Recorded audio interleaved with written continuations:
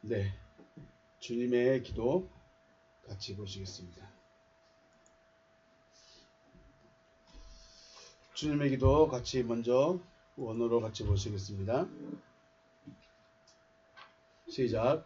파텔 헤몬 호 엔토이스 우라노이스 하기아세토 토 오노마스 엘데토 해 바실레이아스 게네데토 토 델레마스 호스 엔 우라논 카이 에피테스 게스 톤 알톤 헤몬 톤 에피우시언 도스 헤민 세메론 카이 아페스 헤민 타 오펠레마타 헤몬 호스 카이 헤메이스 아페예멘 토이스 오펠레이타이스 헤몬 카이 메 에이세네케스 헤마스 에이스 페이라스몬 알라 울사이 헤마스 아포투 포네루 호티 소 에스틴 해 바실레이아 카이 해 두나미스 카이 해 독사 에이스투스 아이오나스 아멘.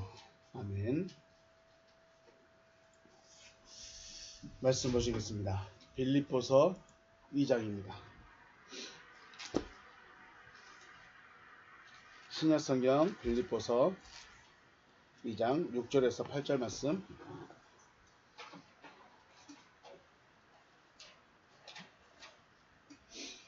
빌립보서 2장 6절에서 8절 말씀 우리 같이 보시겠습니다. 같이 합독합니다. 읽습니다. 시작. 그는 근본 하나님의 본체시나 하나님과 동등됨을 취할 것으로 여기지 아니하시고 오히려 자기를 비워 종의 형체를 가지사 사람들과 같이 되셨고 사람의 모양으로 나타나사 자기를 낮추시고 죽기까지 복종하셨으니 곧 십자가에 죽으심이라. 아멘. 할렐루야. 주님의 이름으로 축복하고 사랑합니다. 네, 아버지 하나님의 은혜와 사랑이 여러분과 저의 심령에 충만하시길 주의 이름으로 축복합니다. 네, 우리가 누군가를 안다. 나는 저 사람을 안다. 안다. 그건 얼굴을 안다. 혹은 이름을 안다. 어디 사는지 안다. 라고는 할 수 있지만 실질적으로 안다. 내가 그 사람을 안다라는 것은 그 사람의 본심이나 아니면 정체성이나 가치관을 알고 있을 때 안다라고 할 수 있고, 이렇게 본심이나 정체성이나 가치관을 알기 위해서는 그 사람과의 관계성이 있어야 하는 것입니다. 그냥 나 저 사람 얼굴 봤어. 나 저 사람 얼굴을 봤으니까 난 저 사람 아는 거야. 물론 아는 것의 일부이긴 하지만 안다고는 말할 수는 없는 거죠. 그래서 그 사람을 진짜 알려면 그 사람과 어떤 관계성이 있어야 된다. 아내나 남편 또 자녀라는 이름으로 같이 살고 있어요. 한 집에 같이 살고 있지만 제가 아들의 마음을 몰라줘. 그럼 아들을 아는 걸까요? 모르는 걸까요? 아들이 아빠의 마음을 몰라줘. 맨날 화만 내는 줄 알아. 아빠가 맨날 짜증만 내는 줄 알아. 그럼 아빠를 아는 걸까요? 모르는 걸까요? 물론 그 모습도 있어요. 짜증내고 화내고 소리 지르는 모습도 있을 수 있는데 왜 그러는가? 진짜의 마음은 어떤 마음인가? 그런 것도 알고 있어야 되겠죠. 그것까지도 알아야 된다는 거죠. 그래야 아빠를 알고 아들을 알고 라는 것이죠. 그래서 이렇게 서로가 서로에 대해서 알기 위해서는 뭐가 필요할까요? 대화라는 것이 필요하죠. 대화를 통해서 자신을 나는 이런 사람이고 난 이런 생각을 가지고 있고 난 이런 가치관을 가지고 살고 있습니다 라는 것을 대화를 통해서 보여주는 거죠. 그리고 그렇게 해서 상대를 알아가는 거죠. 단순히 아들이니까 알 것이다. 아빠니까 난 알고 있을 것이다. 이렇게 해가지고는 알 수 있는 것이 아니라는 거죠. 그래서 가정 안에서도 뭐가 필요할까요? 대화라는 게 필요하겠죠. 어떤 사람인지, 무슨 생각을 하고 있는지, 무엇을 바라보고 있는지 대화가 없으면 글쎄요, 안다라고 하기가 어려울 것 같습니다. 우리도 하나님을 믿고 있고 또 하나님을 안다고 한다면 우리는 그만큼 하나님과의 관계성도 가지고 있어야 한다. 이걸 드리고 싶어서 그렇다는 거죠. 이렇게 말씀드린 겁니다. 우리 하나님을 알고 있죠? 이름 알고 있습니까? 하나님의 이름이 뭐예요? 여호와.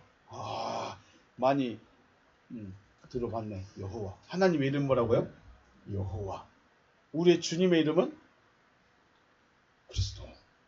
근데 그분이야. 네, 그분이야. 그래요. 그러면 내가 그분의 이름을 알고 있으니까 그분과 나는 서로 알고 있는 사이일까요? 알기 위해서는 뭐가 필요하다? 대화라는 것이 필요해요. 아빠와 아들이니까 서로 무조건 다 알까요? 그럴 순 없죠. 아빠하고 아들하고 이야기를 해봐야 돼. 아내라고 해서 아내와 남편이라고 해서 다 아는 것도 아니에요. 이야기를 해야 대화를 해봐야 돼. 사소한 이야기더라도 대화라는 걸 통해서 서로를 알아가는 거죠. 마찬가지예요. 하나님도 우리도 하나님 알아요. 그런데 나와 하나님과의 관계성에서 대화도 없어. 그래서 나는 하나님의 이름 알고 있으니까 어디 교회 다니고 있으니까 세례 받았으니까 난 하나님을 알아. 그러면 마치 우리는 대통령을 알고 있는 것과밖에 안 되는 거예요. 자, 난 대통령 알아요. 근데 대통령이 나한테 직접적으로 이야기하고 만나주고 손잡아주고 위로해 주는가요? 안 해줘요. 물론 누가 받을 수 있어요? 대통령 아는 사람만. 그죠? 하나님도 마찬가지예요. 나 하나님 이름 알아요. 나 교회도 다니고 있어요. 나 세례도 받았어요. 그러니까 하나님 나 알죠? 하면 나도 모르는데. 왜요? 나하고 관계성이 없습니다.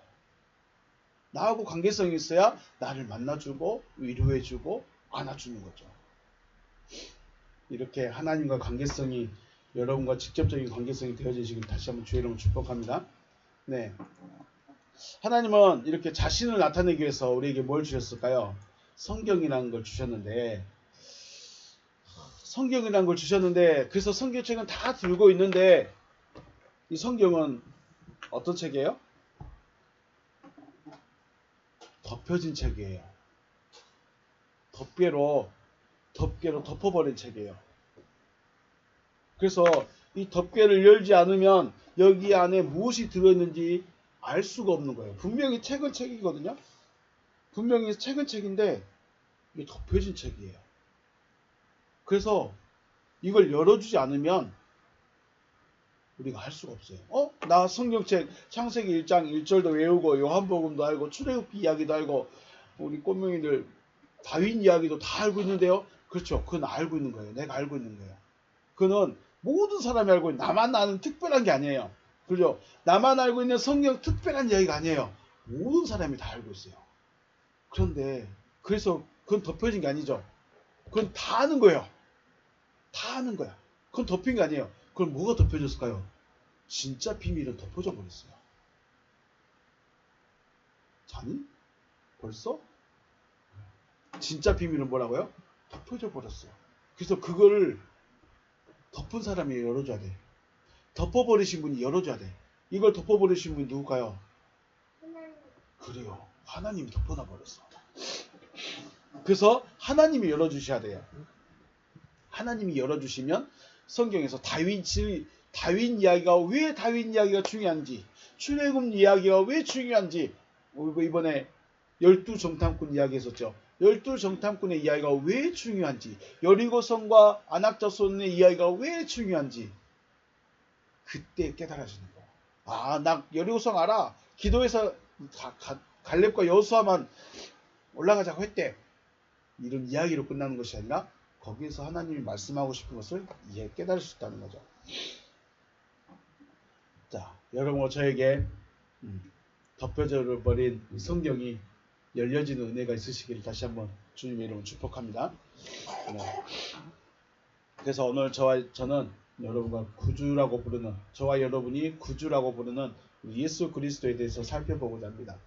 예수 그리스도, 본문에서 빌립보서를 정했지만 이제 말씀을 보면서 조금씩 우리가 좀 예수가 누구인가에 대해서 우리가 생각을 해보고, 내가 부르는 주님이 과연 예수인가 그리스도여야 되는가, 나를 구원해 줄 분이 예수인가 그리스도인가, 아니면 예수 그리스도인가, 아니면 그리스도 예수인가에 대해서 우리가 조금 더 생각을 해보고자 합니다. 먼저 예수 그리스도 호칭, 이 이름이라고 그러죠. 자, 예수 그리스도의 이름은 뭐예요? 예수 그리스도의 이름은 예수죠. 예수. 예수가 이름이에요. 그리스도는요? 그리스도는 뭘까요? 예수 그리스도 하면 그리스도는 뭘까요?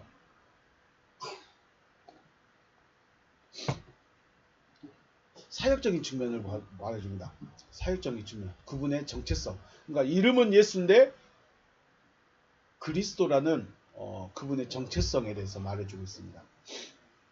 우리가 그래서 예수 그리스도라는 것에 대해서 그리스도라는 호칭에 대해서 우리가 생각을 해보겠습니다. 예수라는 이름은 원래 구약의 여호수아와 같은 이름에서 유래됐습니다. 우리 2페이지, 3페이지 보면 이름 사전 나오죠. 사전을 가지고 왔습니다. 예수스 이렇게 읽습니다. 예수라고 하고 예수스. 자, 기원은 여호수아 309하나 히브리어 여호수아에서 유래했습니다. 그러면 또 여호수아는 무슨 말이에요? 여호수아는 예호바와 야샤의 합성어입니다. 예호바는 우리가 아는 대로 여호와, 우리가 아는 여호와죠. 여호와, 우리 하나님의 이름인 여호와에서 유래한 여호와 이름이고, 야샤는 쭉 보니까 구조하다, 돕다 이런 의미를 가지고 있습니다. 그래서 여호와는 구원이시다 이런 뜻이에요. 근데 그 이름이 어떻게 무엇으로 변했어요? 예수로 바뀐 거예요. 구약에서는 여호와라는 말이 헬라어로 바뀌면서 예수로 바뀌어버렸어요. 여호수아가 예수로 바뀌었습니다. 그러니까 우리가 성경을 볼 때 단순히 여호수아, 예수 이렇게 따로따로 다른 시대, 전혀 다른 시대, 만날 일도 없는 전혀 다른 시대의 사람들의 관계지만 이게 왜 여호수아가 가나안을 이끌어 갈 수 있었는가? 왜 모세 다음에 여호수아인가? 그리고 구세주라고 나타나신 그분의 이름이 왜 예수인가? 네, 이름이니까 사용할 수 있지만 성경에서는 그렇게 간단하게 이름이다라고만 정해 놓지 않고 있다는 것도 우리가 기억해 보겠습니다. 당시 예수님이 계시던 당시죠. 예수님 계시던 당시는 예수라는 이름이 귀한 이름이거나 혹은 사용하지 않은 이름은 아니었습니다. 우리 옛날에는 왕의 이름 함부로 못 부르죠.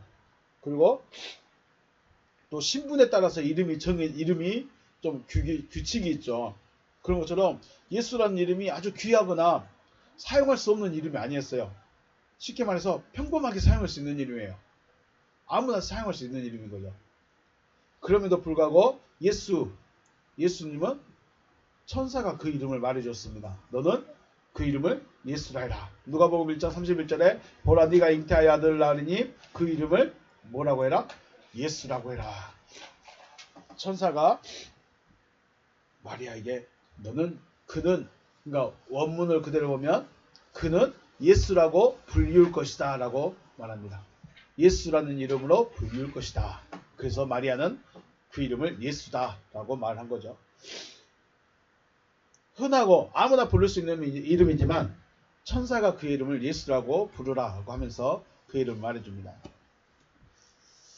자, 예수는 이런 의미를 가지고 있습니다. 그러니까 예수만 생각해서는 여호와는 구원이시다. 그죠? 여호와는 구원이시다. 예수라는 그 이름의 뜻만 살펴보면 여호와는 구원이시다. 그래서 우리가 예수 이름을 부른다고 말해요. 왜냐하면 여호와는 구원이시기 때문에. 그래서 구약적으로 보면 자, 우리 창세기 2장 4절 넘어가면서 등장하는 이름이 있습니다. 창세기 2장 4절. 아담이 만들어지기 전에 등장하신 하나님의 이름이 있습니다. 그게 바로 여호와죠. 여호와가 아담을 만드시고 다른 짐승들도 만드시고 그리고 여호와가 출애굽을 아브람을 불러내시고 이삭과 야곱에게도 언약하시고 여호와께서 출애굽을 하시고 모세를 부르시고 출애굽을 시키시고 여호와께서 여호수아를 통해서 가나안을 정복하게 하십니다. 그리고 계속 여호와란 이름으로 쭉 오시다가 신약에 와서 어떤 이름을 갖겠다고요? 예수라는 이름으로 바뀌어버렸어요. 그러니까 예수라는 그분은 언제부터 있었어요? 아담이 만들어지기 전부터 여호와란 이름으로 계속해서 구원을 위해서 일하고 오셨어요. 일하시면서 계속 오셨어요. 그러다가 그 이름이 뭘로 딱 바뀌었어요? 예수로 바뀌신 거예요. 그러니까 예수는 어느 날 갑자기 뚝딱 하고 나타나신 분이 아니라 창세기부터 계셨던 그분이 현현하신 거예요. 모습을 보여주신 거예요. 뚝딱 도깨비 방망이로 뚝딱 나타난 것이 아니라 창세기부터 계셨던 그분이 보여주신 거예요. 현현하셨다고 그래요. 나타나셨던 거예요. 자, 예수라는 이름은 그런 뜻이고 그런 의미입니다. 자, 그리고 우리가 예수를 부를 때 뒤에 항상 따라가는 이름이 있죠. 따라가는 말이 있습니다. 뭐라고요? 그리스도라는 말입니다. 그런데 바울은 예수 그리스도라고도 부르고 그리스도 예수라고도 불러요. 같은 말이에요? 다른 말일까요? 어떤 때는 예수라는 이름을 쓰고 또 어떤 때는 그리스도라는 말만 써요. 똑같이 통일해서 쓰지. 왜 복잡하게 예수 그리스도 있다, 그리스도 예수 있다가 예수만 불렀다, 그리스도만 불렀다. 왜 이렇게 복잡하게 부르고 있을까요? 우리가 이 고대어에 대한 개념이 아주 부족하지만은 그 이름을 부를 때마다 전혀 다른 의미를 갖고 있기 때문에 바울이 그렇게 하고 있었다는 것만 우리가 먼저 기억해 주시기 바라겠습니다. 예수란 이름을 수식해 주는 말. 그러니까 예수가 누구인가? 예수가 구원자이신데 어떤 구원자인가를 보여주는 말이 바로 그리스도라는 말입니다. 그리스도, 헬라어로 크리스토스라고 부릅니다. 우리 크리스토스 사전 한번 볼까요? 사전에 뭐라고 됐어요? 기름 부음 받았대요. 기름 부음 받은 자. 이 말은 크리오라는 말에서 유래했고요. 기름을 바르다 혹은 문지르다 이런 뜻을 가지고 있습니다. 자, 그래서 결국은 예수 그리스도라는 말은 예수는 기름 부음 받은 자. 예수 그리스도는 무슨 말이라고요? 예수는 기름 부음 받은 자라는 의미입니다. 성경에서 기름 부음 받은 자들을 기름을 부음 받아서 세운 자들이 있습니다. 누가 있을까요? 기름 부어서 세운 자들. 왕, 그리고 제사장, 선지자. 그런데 제사장은 아론과 그 아들에게만 기름 부었습니다. 그러니까 출애굽께서만 여호와께서 모세와 그 아들들에게 기름을 부어서 제사장으로 세워라. 그 이유는 어떻게 됐을까요? 그냥 그 레위 지파가 제사장이니까 그 레위 지파 사람들 중에서 순서대로 그냥 대제사장이 돼가는 겁니다. 그러니까 굳이 기름 부을 필요성이 없었다는 거죠. 그럼 선지자는요? 선지자도 기름 부을까요? 선지자 기름 부을까요? 안 부을까요? 자, 우리 가장 먼저 나타난 선지자 아브라함 기름 부음 받았을까요? 안 받았을까요? 받았어요. 기름 부음을 안 받았어. 그 다음에 모세도 선지자 중에 하나인데 모세 기름 부음 받았을까요? 안 받았을까요? 여자 선지자 모세의 누나 미리암 기름 부음 받았을까요? 안 받았을까요? 엘리야는요?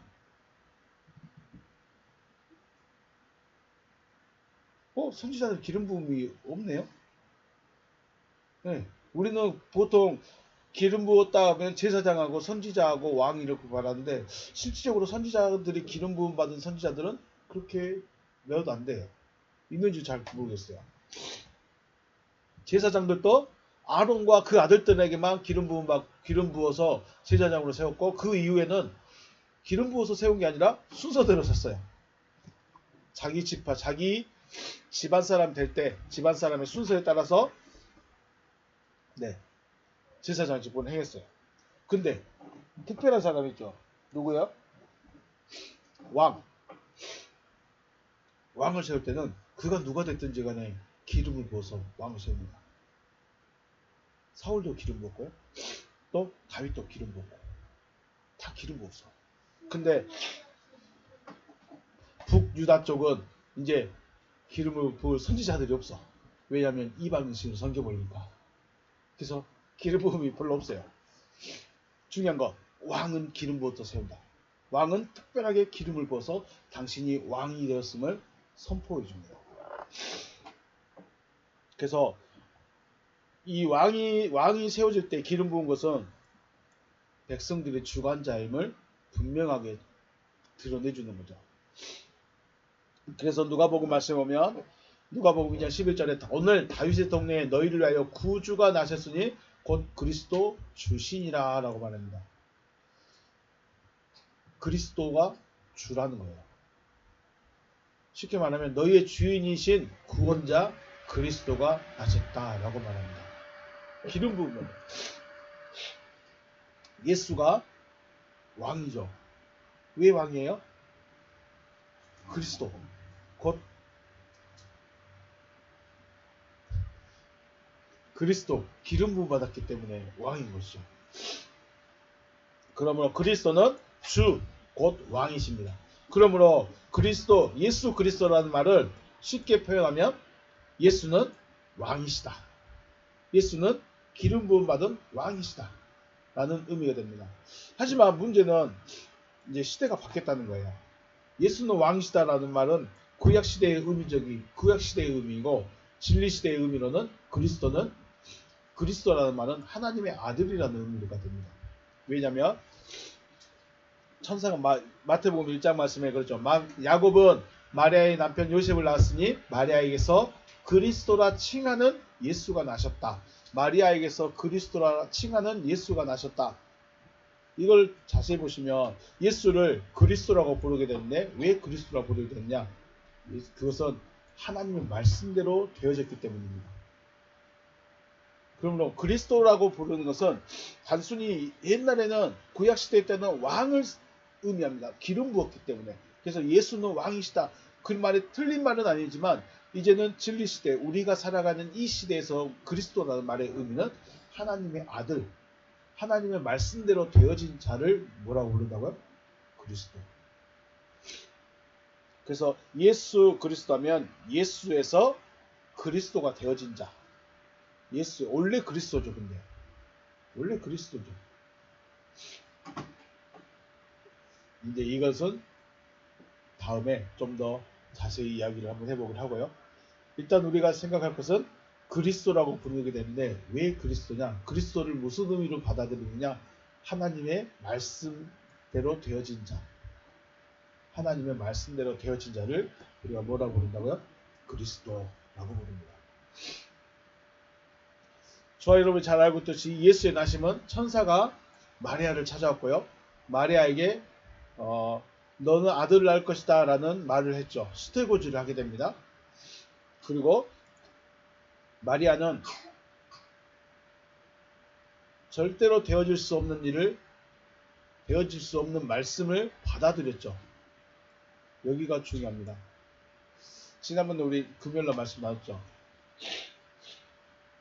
이스라엘 백성들의 생각으로는 여리고성을 정복할 수 있어요? 없어요? 없어요. 거인의 후손인 아낙 자손을 이길 수 있어요? 없어요? 없어요. 절대로 될 수 없다는 거예요. 절대로 될 수 없다. 그래서 어떻게 하자? 애굽으로 돌아가자. 하지만 여호수아와 갈렙은 뭐라고 그랬어요? 누가 하신다? 여호와께서 하신다. 왜요? 그분이 말했거든요. 여호와께서 말씀하셨으니까 여호와께서 하시겠다는 거야. 여호수아가 물론 가서 칼을 들고 나가고 전쟁을 하자고 지휘를 하긴 했지만은 그 성을 이기게 하고 정복하게 하는 것은 누가 하신다? 여호와께서. 그게 믿음이었단 거죠. 내가 내 생각으로 내 판단으로 내 계획으로 뭔가를 해나가는 것이 아니라 여호와께서 말씀하신 그것을 여호와께서 하신다 하고 여호와께 맡겨버린 거죠. 마리아도 마찬가지예요. 너 아들을 낳을 거야. 저 남자를 알지 못하는데요. 전 아직 결혼 안 했는데요. 그래, 맞아. 그런데 하나님께서 하시겠대. 그래요? 알겠습니다. 자, 내 스스로 처녀가 스스로 아기를 낳을 수 있어요? 없어요? 못 낳아. 그런데 하나님이 하시겠다니까? 아, 그래요? 알아서 하세요. 이게 맡겨버린 거예요. 이게 뭐라고요? 이게 믿음이죠. 이것을 말씀을 말씀을 받아들인다 라고 말합니다. 말씀을 받아들임으로 말씀하신 대로 되어져서 그리스도라는 예수가 나시게 된 것이죠. 그래서 우리가 그리스도라는 말의 의미를 다시 한번 생각할 때 말씀대로 되어지신 분, 말씀대로 되어지신 분. 물론 그 말씀대로 되어졌다는 것은 또 다른 의미로는 기름 부음 받은 자. 그러니까 기름 부음 받았다는 것은 좀 구약 시대적인 의미고, 지금 우리로 생각할 것은 그리스도란 말은 말씀대로 되어진 자를 그리스도라고 말한다 라는 것을 기억하시기 바라겠습니다. 자, 하나님의 말씀대로 되어진 자를 우리는 뭐라고 그래요? 지금까지 우리가 공부했던 대로 하면 하나님의 아들이라고 하죠. 왜냐하면 하나님은 말씀을 통해서 자녀를 낳습니다. 인간처럼 남자 여자가 합쳐져서 자녀를 낳은 것이 아니라 하나님의 말씀대로 되어진 자를 하나님의 아들이라고 부르는 거죠. 그래서 우리가 그리스도라고 말하면 하나님의 말씀대로 되어진 자이기 때문에, 다시 말하면 누구라는 거예요? 하나님의 아들이다라는 겁니다. 그리스도라는 말은 말씀대로 되어졌어요. 말씀대로 되어진 자인데, 그 말씀대로 되어진 자를 다시 다른 말로 뭐라고 부른다고요?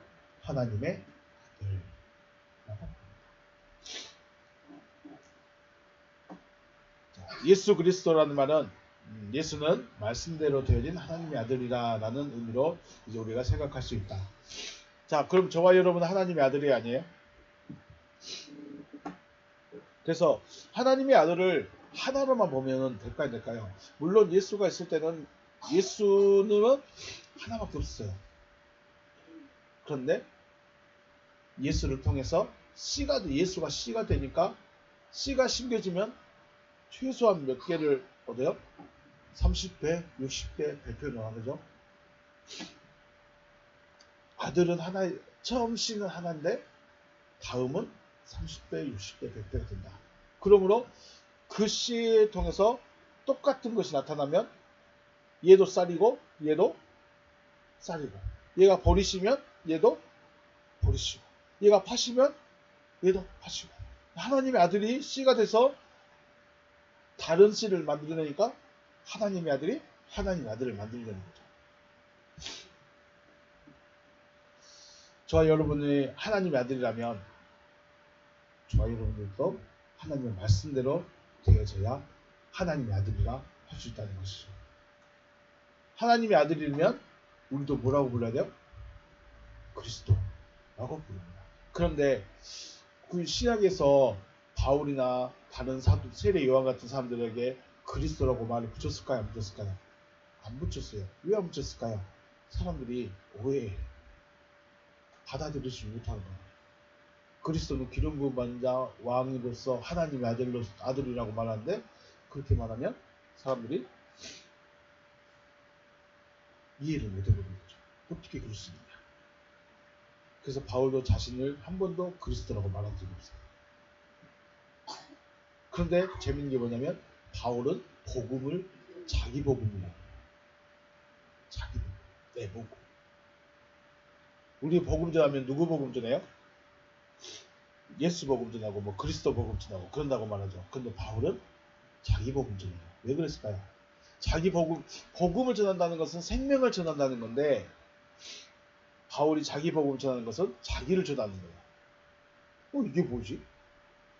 이것도 엄밀히 따지면 자기가 생명이 돼버린 그리스도가 돼버렸기 때문에 자기 생명을, 자기를 전하는 거예요. 그래서 바울은 스스로가 자기를 그리스도라고 칭하진 않았지만, 우리가 이해해야 될 부분, 예수만 그리스도, 예수만 하나님의 아들이 아니라 하나님의 아들에 의해서 저와 여러분들도 하나님의 아들이 되어져야 됩니다. 우리도 실상은 성경적으로는 그리스도들이 되어져야 된다 라고 말하죠. 그래서 안디옥에서 뭐라고 부른다고요? 그리스도인들 라고 부르죠. 자, 저희는 오늘 예수 그리스도라는 말에 대해서 생각을 해봤습니다. 예수가 누구냐? 우리가 그럼 예수와 나와 관계가 어떻게 될 것이고, 이런 것들도 우리가 한번 앞으로 계속 생각을 해보겠습니다. 예수라는 이름은 여호와는 구원이다 라는 말에 쓰고 그리스도는 말씀대로 되어진 자, 곧 하나님의 아들이라는 말을 말하고 있습니다. 그러므로 예수 그리스도는 하나님의 아들이 되어진 자, 하나님의 아들, 말씀대로 되어진 하나님의 아들이라는 의미를 가지고 있음을 기억하시고 나도 그와 같은 존재가 되어져야 된다. 또 그와 같은 자가 되기를 바래서 우리에게 말씀을 주셨다. 라는 것을 기억하시길 바라겠습니다. 오늘 여기서 마치겠습니다. 수고하셨습니다.